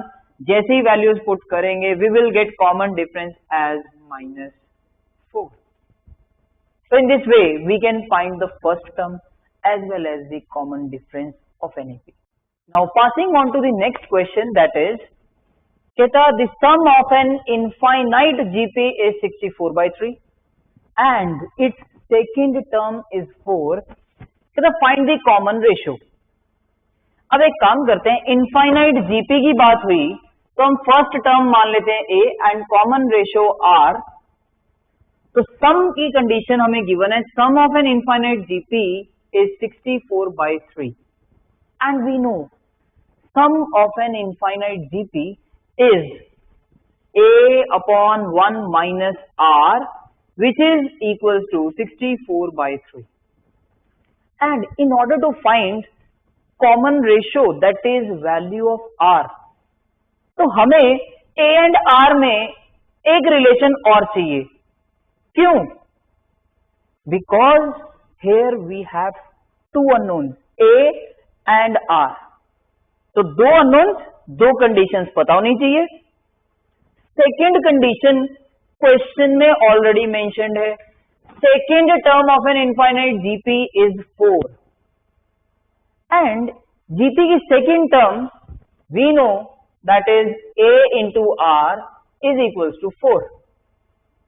क्योंकि मेरे को r की वैल्यू फाइंड करनी है तो मैं इन दोनों कंडीशंस की हेल्प से a को करूंगा एलिमिनेट. तो from here we will get value of a as 4/r. तो जैसे ही a की वैल्यू सब्स्टिट्यूट करी यहां पे 4/r divided by 1 minus r equals to 64/3. जैसे ही इस कंडीशन को आप सिंप्लीफाई करोगे तो यू विल गेट 4/r. इस क्वांटिटी को डिवाइड करा 1 माइनस r से, we will get 4/r. Divide करा तो ये टर्म हो जाएगी reciprocate which is equal to 64/3. अब आप इसको इजीली सिंप्लीफाई कर सकते हो. सिंप्लीफाई करोगे you will get quadratic in terms of r which is 16r square minus 16r plus 3 equals to 0. And we can easily solve this quadratic by splitting the middle term. Factorise करोगे तो finally r की value आ जाएगी 3/4 और r will be equal to 1/4. But ध्यान से, क्योंकि question में इनफाइनाइट जीपी की बात हुई एंड इनफाइनाइट जीपी के केस में कॉमन रेशियो एक कंडीशन है, ध्यान रखना, common ratio always lie between -1 and 1. And अगर आप ध्यान दो ये जो कॉमन रेशियो आई 3/4 ये भी 1 से छोटी है एंड इनफैक्ट 1/4 ये भी 1 से छोटी है. तो both of these are the. Now the next question is, कहता 3 numbers in AP are such that their sum is 24 and sum of their products taken two at a time is 156. कहता find the numbers. पहली बात, जो numbers find करने हैं they are in AP. तो mind में strike करता है क्यों ना नंबर्स एज्यूम कर लें a plus d, a plus 2d. But ध्यान से कंडीशन के अकॉर्डिंग चलेंगे. पहली कंडीशन है नंबर्स ऐसे होने चाहिए such that their sum is 24. तीनों नंबर्स के सम पे कंडीशन है. तो instead of assuming 3 numbers as a plus d, a plus 2d, I will assume 3 numbers as a minus d, a plus d. Reason behind that is, इन तीनों का सम हमें पता है 24. तो फर्स्ट कंडीशन अप्लाई करी a minus d plus a plus d which is equals to 24. And clearly नजर आ रहा है minus D plus D cancel out हुआ. तो from here we will get the value of a as 8. तो पहली condition इतनी इजी थी, a की वैल्यू सीधी सीधी मिल गई. Now in order to find the numbers we need to find d also. Now the question is D की value कैसे फाइंड करूं? अगेन क्वेश्चन पे चलते हैं। First condition sum is 24 and आगे भी कंडीशन है sum of their product taken two at a time is 156। ये कंडीशन बहुत इंपॉर्टेंट है, इसको स्लो रीड कर लेते हैं एक बार। सम किसका? Of their products taken two at a time. तो एट ए टाइम दो नंबर्स का प्रोडक्ट, इसके साथ मैं ये वाला नंबर पिक कर लूं तो I will get a minus D into A.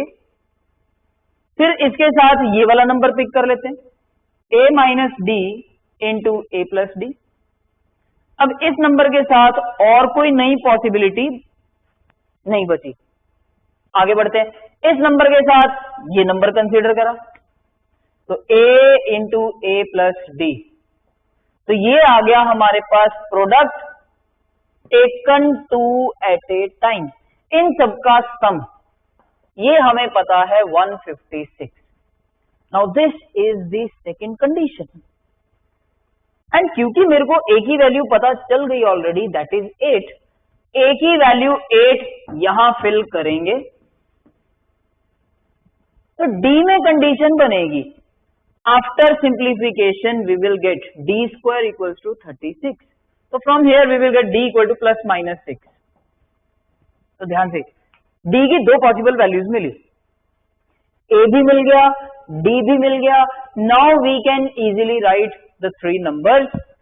If I consider A as 8 and D consider कर लेते हैं 6, एक बार पॉजिटिव, हाँ जी, तो ए 8 डी 6, नंबर्स आ गए 8 माइनस 6 दैट इज 2, ए की value 8 and a plus 6 that is 14। तो थ्री नंबर्स आर 2, 8 and 14। दूसरा केस भी देख लेते हैं। अगर a की वैल्यू है 8 और d की वैल्यू हम पिक कर लें -6, तो नंबर्स क्या होंगे?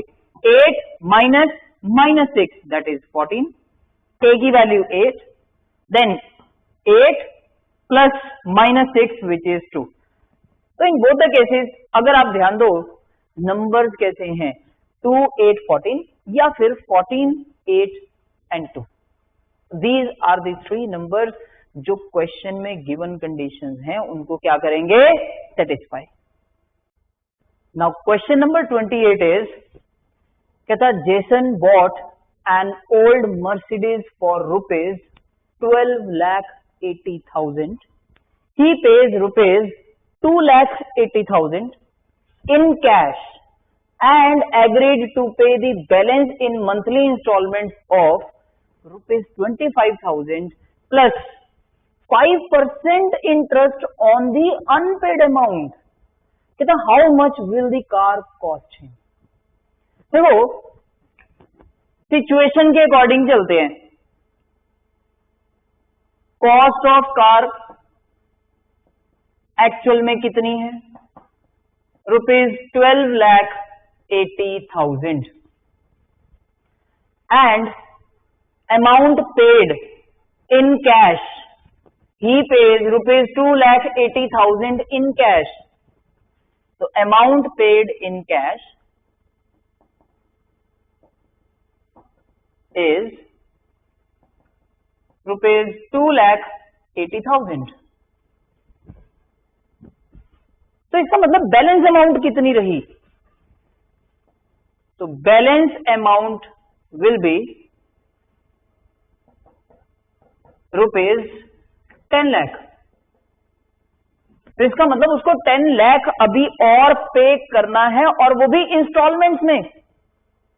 अब इंस्टॉलमेंट्स कैसे पे कर रहा है? अगर आपने क्वेश्चन ध्यान से रीड करा हो तो बैलेंस पे करा monthly instalment of rupees 25,000 and साथ में कहता plus 5% interest on the unpaid amount. अब जब इतना कैश पे करा तो इसके बाद उसी मंथ में वो साथ के साथ इंस्टॉलमेंट तो नहीं पे करेगा ना। एक मंथ का गैप आया, फिर नेक्स्ट मंथ जैसे ही स्टार्ट हुआ तब उसने पहली इंस्टॉलमेंट पे करी। अब पहले तो ये देखते हैं कितनी इंस्टॉलमेंट्स उसको पे करनी पड़ेंगी, नंबर ऑफ इंस्टॉलमेंट्स।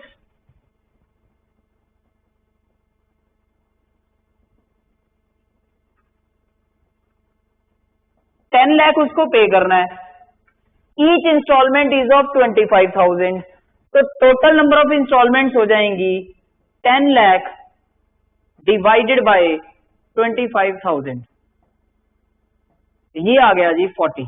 तो इसका मतलब उसको 40 इंस्टॉलमेंट्स पे करनी पड़ेंगी। अब देखते हैं amount paid in first instalment, amount paid in first instalment ये कितनी होगी, दैट इज 25,000 तो उसको पे करने ही करने हैं, प्लस इसके साथ साथ 5% इंटरेस्ट भी पे करेगा, किस पे, ऑन दी अनपेड अमाउंट। अब मेरे को एक बात बताओ, जब कैश 2,80,000 पे करा, एक महीने का गैप, अनपेड अमाउंट क्या रही, दैट इज 10 लाख, तो उसको 5% इंटरेस्ट देना है 10 लाख पे, तो 5% ऑफ 10 लाख। तो जैसे ही इसको सिंप्लीफाई करेंगे, we will get the amount for the first instalment as 75,000 and now amount paid in second instalment. अब सेकेंड इंस्टॉलमेंट में क्या करेगा, देखो मंथली इंस्टॉलमेंट तो इतनी है ही है, 25,000 तो उसको पे करना ही करना है, इसके साथ साथ 5% इंटरेस्ट भी पे करना है ऑन दी अनपेड अमाउंट।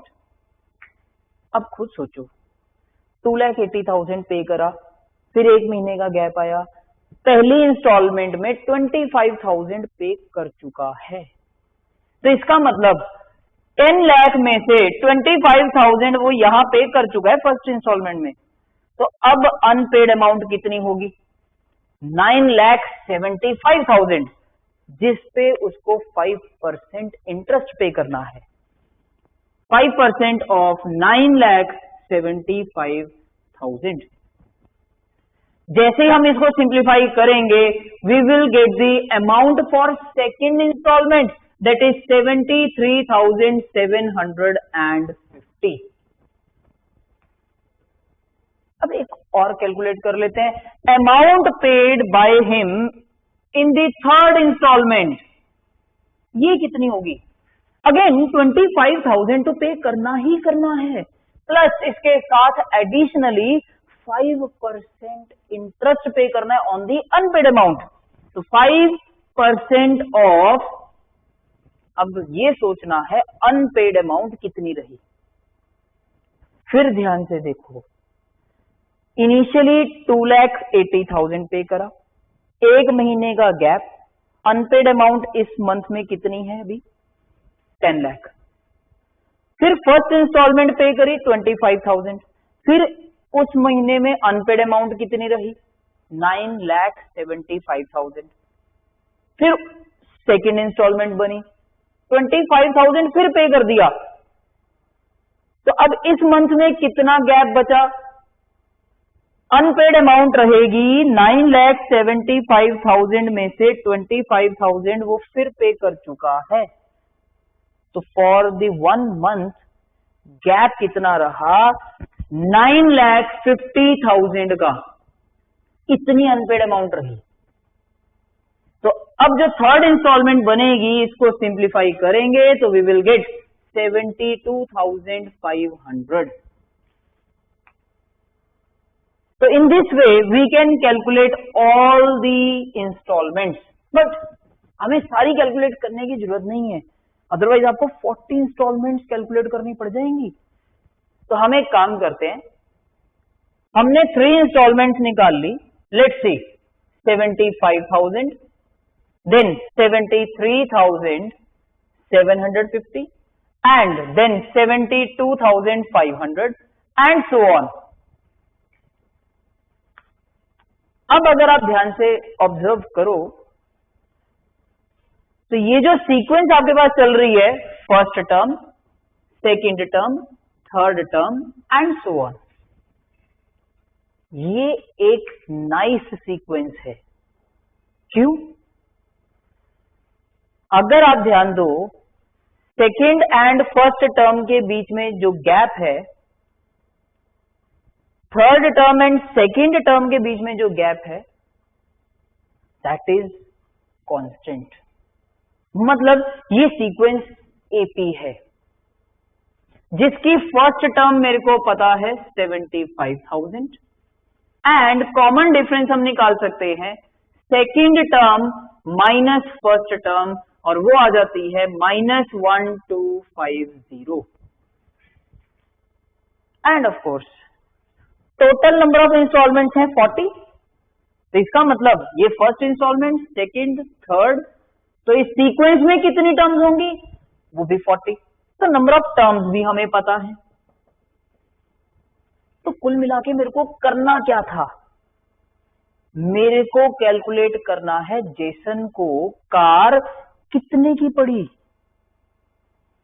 कुछ तो उसने कैश ही पे कर दिया, अब मेरे को कैलकुलेट करना है कितनी अमाउंट इंस्टॉलमेंट्स में पे करी। That is this plus this plus this, 40 terms का सम, और sum of 40 terms of an AP we can easily calculate, that is 40/2 into 2a इसका twice, that is 150,000 plus n-1 into d -1250। इसको हम easily calculate कर सकते हैं। अब Jason को कार कितने की पड़ी? जो अमाउंट यहां से आएगी that is sum of 40 terms, sum of 40 terms plus जो अमाउंट उसने कैश में पे करा 2,80,000। जैसे इन दोनों को हम ऐड करेंगे we will get the required. Now question number 29 is, कहता if m geometric means are inserted between these two numbers such that the ratio of m minus 3th mean to the 4th mean is 16:1, then find the value of m। देखो किसी भी question को solve करने के लिए just go with the flow, जैसा जैसा question में लिखा हुआ है वैसे वैसे प्रोसीड करते जाओ। क्वेश्चन में क्या है? m geometric means are inserted between these two numbers। तो सबसे पहले तो m नंबर्स ज्योमेट्रिक मीन्स मैं एज्यूम कर लेता हूं, से g1, g2, g3 and so on gm। जैसे ही इन m ज्योमेट्रिक मीन्स को इंसर्ट करा बिटवीन 4 एंड 1024, तो ये पूरी की पूरी सीक्वेंस क्या बन गई?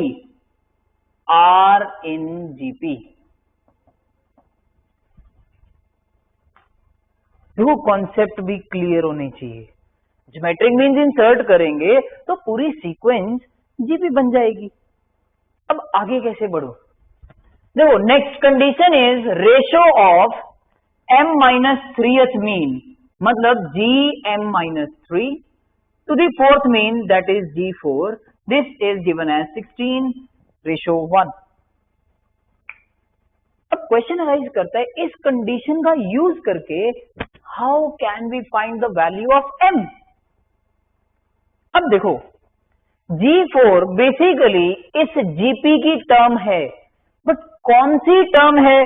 जब तक नहीं पता चलेगा वी कांट प्रोसीड।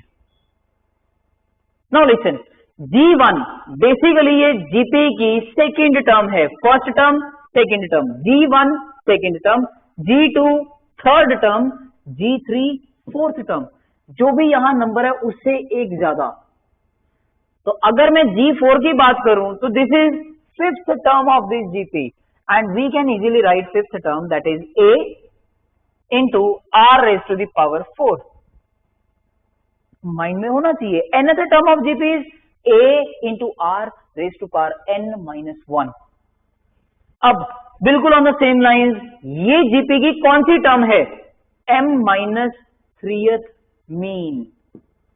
तो ध्यान से, अभी अभी हमने देखा G1 second term, G2 third term, G3 fourth term, एक आगे। तो m-3th मीन कौन सी टर्म होगी? एक आगे। तो इसको सिंप्लीफाई करा, ये बन गया m-2th टर्म होगी ये जीपी की, और m-2th टर्म लिखनी हमें आती है, that is a into R raise to power, जो भी नंबर ऑफ टर्म है उसमें से 1 माइनस n-1, तो ये बन जाएगा m-3। This is given as 16:1।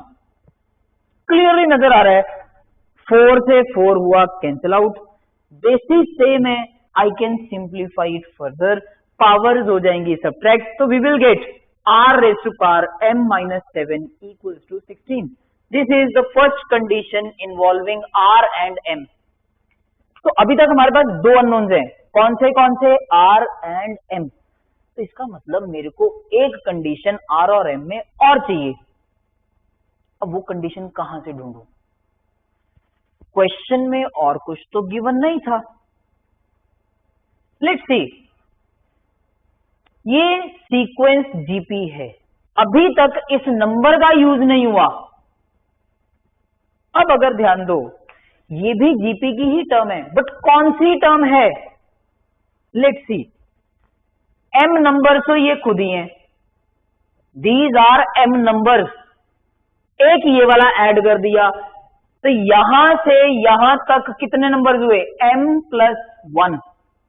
m+1 में एक और जोड़ दो, तो ये है m+2th term of the GP, and m+2th term of GP is a into r raised to power m+2 minus 1, that is m+1, which is 1024। अब जैसे इसको सिंप्लीफाई करेंगे, 4 से ये कैंसिल आउट हुआ, 256, तो r raised to power m+1 आ गया 256। अब इन दोनों रिलेशंस को यूज करके हमें m की वैल्यू फाइंड करनी है। कैसे फाइंड करें? Now that is the last step. अब वर्क करेगी ऑब्जर्वेशन। कैसे? मेरे को इन दोनों रिलेशंस में r की पावर m नजर आ रही है, तो I can write this relation as r raised to power m upon r power 7 equals to 16। And similarly indices का यूज करके I can write this as r power m into r equal to 256। तो इस expression में से r power m की value यहां substitute करेंगे, 16 r power 7 into r, that is 256। जैसे ही सिंप्लीफाई करा, बेसिस सेम, मल्टीप्लीकेशन के केस में पावर्स हो जाएंगी ऐड, और 16 से जैसे ही डिवाइड करेंगे आफ्टर सिंप्लीफिकेशन, ये बन जाएगा 16। Now in order to find the value of r, मेरे को इस नंबर को भी किसी नंबर की पावर 8 में एक्सप्रेस करना पड़ेगा। अब अगर आप ध्यान दो, this is basically 2 raised to power 4, power 8 तक जाना है मेरे को, तो I can write this as √2 raised to the power 8। अब ध्यान से, पावर इवन है तो r की पॉसिबल वैल्यूज होंगी प्लस माइनस √2। पर ज्योमेट्रिक मीन्स की जब भी हम बात करते हैं तो ऐसे केस में हम r पॉजिटिव लेके चलते हैं, तो मैं r को कंसीडर कर लेता हूं √2। नाउ इफ r इज √2, तो r की वैल्यू हम सब्स्टिट्यूट कर देते हैं इस रिलेशन में, that is √2 raised to the power m-7 is equal to 16। दोनों जगह पे बेसिस अगर सेम बन जाए तो मैं पावर्स कंपेयर कर सकता हूं। तो 16 को भी मैं लिखूंगा √2 की पावर में, तो this can be written as √2 raised to the power 8। अब बेसिस सेम, पावर्स इक्वेट करेंगे, तो from here we will get the value of m, which turns out to be 15। Now the next question is, कहता find the sum of the series whose terms are given up to n terms। अब देखो series का sum find करने के लिए सबसे पहले अगर मेरे को nth टर्म मिल जाए इस सीरीज की, then I can easily find the sum of this series. तो हम nth टर्म लिखने की कोशिश करते हैं। nth टर्म लिखने के लिए अगर आप ऑब्जर्व करो, each term of this series is expressed as product of 3 numbers। Second term again product of 3 numbers, third term again product of 3 numbers। तो इट मीन्स जो nth टर्म होगी वो भी प्रोडक्ट ऑफ 3 numbers होगी। अब one by one हम इन तीनों numbers को फाइंड करेंगे in order to write the nth term. तो सबसे पहले मैं फर्स्ट फैक्टर को फाइंड करने की कोशिश करता हूं। फर्स्ट फैक्टर कैसे फाइंड करेंगे? By observing first factor of each term. Her term में फर्स्ट फैक्टर अगर आप ध्यान दो 1, 3, 5 एंड सो ऑन। तो मैंने सिर्फ फर्स्ट फैक्टर्स ही उठाए हैं, 1, 3, 5 एंड सो ऑन। अब देखो फर्स्ट टर्म का फर्स्ट फैक्टर मींस इस सीक्वेंस की फर्स्ट टर्म, सेकेंड टर्म का फर्स्ट फैक्टर मींस इस सीक्वेंस की सेकेंड टर्म, थर्ड टर्म का फर्स्ट फैक्टर इस सीक्वेंस की थर्ड टर्म। तो मेरे को चाहिए इस सीरीज की nth टर्म। nth टर्म का फर्स्ट फैक्टर मतलब इस सीक्वेंस की nth टर्म। अब इस सीक्वेंस की nth टर्म कैसे निकालूं? अगर आप ध्यान दो ये सीक्वेंस बहुत नाइस है क्योंकि इनमें भी गैप 2 का है, इनमें भी गैप 2 का है, तो डेफिनेटली ये सीक्वेंस एपी है और मेरे को इस एपी की लिखनी है nth term. nth term of an AP is a, that is 1 plus n minus 1 into common difference which is 3 minus 1 that is 2। जैसे ही इसको सिंप्लीफाई करेंगे we will get the nth term as 2n minus 1। तो इसका मतलब first factor मेरे को मिल गया 2n minus 1। Second factor find करने के लिए अब हम हर टर्म का सेकेंड फैक्टर पिक करेंगे, that is 3, 5, 7 and so on. अब हमें चाहिए क्या? इस सीरीज की nth टर्म का सेकेंड फैक्टर। तो nth टर्म का सेकेंड फैक्टर मतलब इस सीक्वेंस की nth टर्म। अब इस सीक्वेंस की nth टर्म कैसे फाइंड करूं? अगेन ये सीक्वेंस बहुत नाइस है, डिफरेंस 2 का मतलब ये सीक्वेंस भी एक एपी है। तो इस एपी की nth term we can find a plus n minus 1 into d, common difference is of 2। तो जैसे इसको सिंप्लीफाई करूंगा we will get 2n plus 1।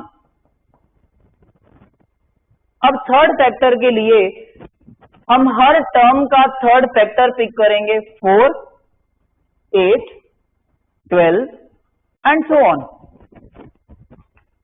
अब मेरे को चाहिए एक्चुअली में इस सीरीज की nth टर्म का थर्ड फैक्टर। nth टर्म का थर्ड फैक्टर मतलब इस सीक्वेंस की nth टर्म। तो nth term of this sequence again ये बहुत नाइस है, 4 into 1 सीधा नजर आ रहा है, this is 4 into 2, 4 into 3, seventh term होगी 4 into 7, 11th टर्म होगी 4 into 11। तो मेरे को तो nth टर्म चाहिए, तो nth टर्म होगी 4 into n। तो nth टर्म आ गई 4 into n, तो थर्ड फैक्टर मिल गया that is 4n। nth term का first factor, second factor, third factor मिल गया। अब हम इसको सिंप्लीफाई करेंगे तो nth टर्म हमारे पास आ जाएगी 16n cube minus 4n। And once nth term is there, now we can easily find the sum of n terms of this given series। कैसे? देखो logically sum of n terms का मतलब a1 plus a2 plus a3 plus a4 and so on. तो nth term जब आ गई, now I will apply summation on both sides. Summation का मतलब here n will vary from 1 to n, मतलब n को 1 रखूंगा तो a1 समेशन मतलब प्लस, n को 2 रखूंगा तो a2 समेशन मतलब प्लस। तो ये चलता जाएगा चलता जाएगा चलता जाएगा, ये वेरी करेगा 1 2 3 4 5 अप टू n तक। तो जैसे ही ये स्टेप लगाया, लेफ्ट हैंड साइड बन गई sum of n terms, in fact sum of first n terms of this given series. अब हम इसको फर्दर सिंप्लीफाई कर लेते हैं। सिंप्लीफाई करने के लिए लेफ्ट हैंड साइड बन गई sum of first n terms of the given series, right hand side पे समेशन की property summation of first minus summation of second. तो फर्दर सिंप्लीफाई करा, कांस्टेंट आ जाएगा समेशन के बाहर माइनस ये कांस्टेंट समेशन के बाहर। तो समेशन ऑफ n क्यूब, ध्यान से this is basically 1 cube plus 2 cube plus 3 cube plus 4 cube and so on up to n cube, that is sum of cubes of first n natural numbers, जिसका result हमें आता है that is n into n plus 1 by 2 का whole square minus this is summation of n which means 1 plus 2 plus 3 plus 4 up to n, that is sum of first n natural numbers। इसका भी result हमें आता है that is n into n plus 1 by 2। जैसे ही अब आप इसको simplify करोगे, you will get the final answer। Now the last question of this paper is, कहता in an AP with first term A and sum of first n terms is 0, show that the sum of next m terms is this। देखो question read करके कोशिश करो given condition and target जो भी prove करना है वो साथ की साथ नोट करते जाओ। Now the given conditions are, AP में फर्स्ट टर्म दी हुई है a, sum of first n terms is 0, so it means we are given that sum of first n terms is 0। और AP में sum of first n terms result is n by 2 into twice of first term plus n minus 1 into common difference, let the common difference be d, we are given that this quantity is 0। अब इस given condition का use कैसे करना है वो हम decide करेंगे according to the target. अब क्या प्रूव करना है, we have to show that sum of next m terms is this. अब मैक्सिमम गड़बड़ यहां होती है, कॉन्सेप्ट क्लियर नहीं होता। Sum of next m terms का मतलब, तो जब भी दिक्कत आए एक बार आप सीक्वेंस लिख लो। मान लेते हैं टर्म्स हैं a1 a2 a3, ये सारी AP की ही टर्म्स हैं, चलती जाएंगी अप टू an। an पे ही क्यों ब्रेक लगाई, बिकॉज पहली कंडीशन थी sum of first n terms is 0, a1 plus a2 इन सबका सम जो है दैट इज 0। आगे बढ़ते हैं, शो क्या करना था, sum of next m terms. अब इससे नेक्स्ट टर्म क्या आएगी, an प्लस 1, नेक्स्ट आएगी an plus 2 and so on. अब मेरे को चाहिए nth टर्म से आगे नेक्स्ट m टर्म्स, इनका सम मेरे को शो करना है is equal to this quantity. अब देखो एपी में जो मेरे को कॉन्सेप्ट्स आते हैं, I can write nth term और I can write sum of first n terms. अगर सम निकालना है तो मेरे को स्टार्टिंग से सम निकालना आता है, बीच वाली टर्म से आई कांट राइट, तो कॉन्सेप्चुअली चलना पड़ेगा ध्यान से। तो टारगेट क्या है, we have to show that sum of these m terms. अब ये सम कैसे निकालूं, देखो मेरे को सम लिखना आता है फर्स्ट टर्म से, तो यहां से लेके यहां तक कितनी टर्म्स होंगी, these are n terms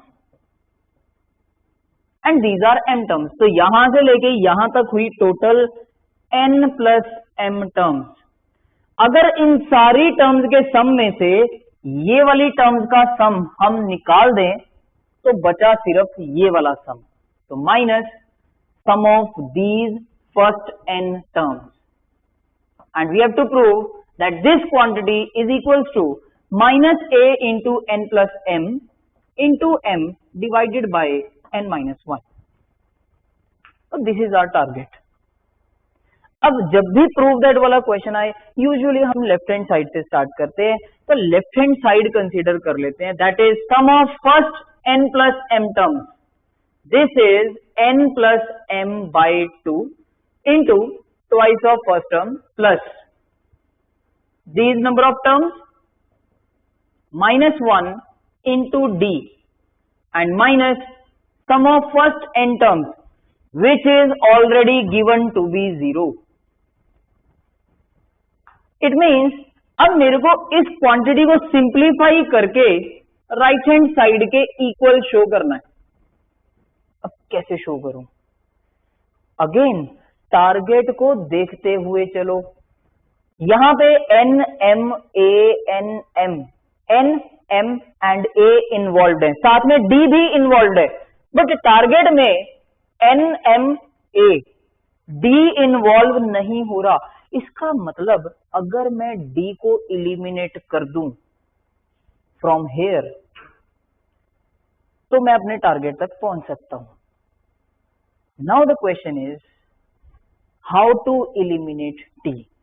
d को इलिमिनेट करने के लिए हम इस गिवन कंडीशन का यूज करेंगे, ये 2 क्रॉस मल्टीप्लाई हुआ, n भी क्रॉस मल्टीप्लाई हुआ, तो we are left with 2a plus n minus 1 into D is equal to 0। तो d की वैल्यू फाइंड करनी है, 2a की साइड चेंज करी, माइनस 2a, ये फैक्टर डिवाइड हुआ, तो d की वैल्यू आ गई minus 2a upon n minus 1। तो हम सब्स्टिट्यूट करेंगे d की वैल्यू ओवर हियर,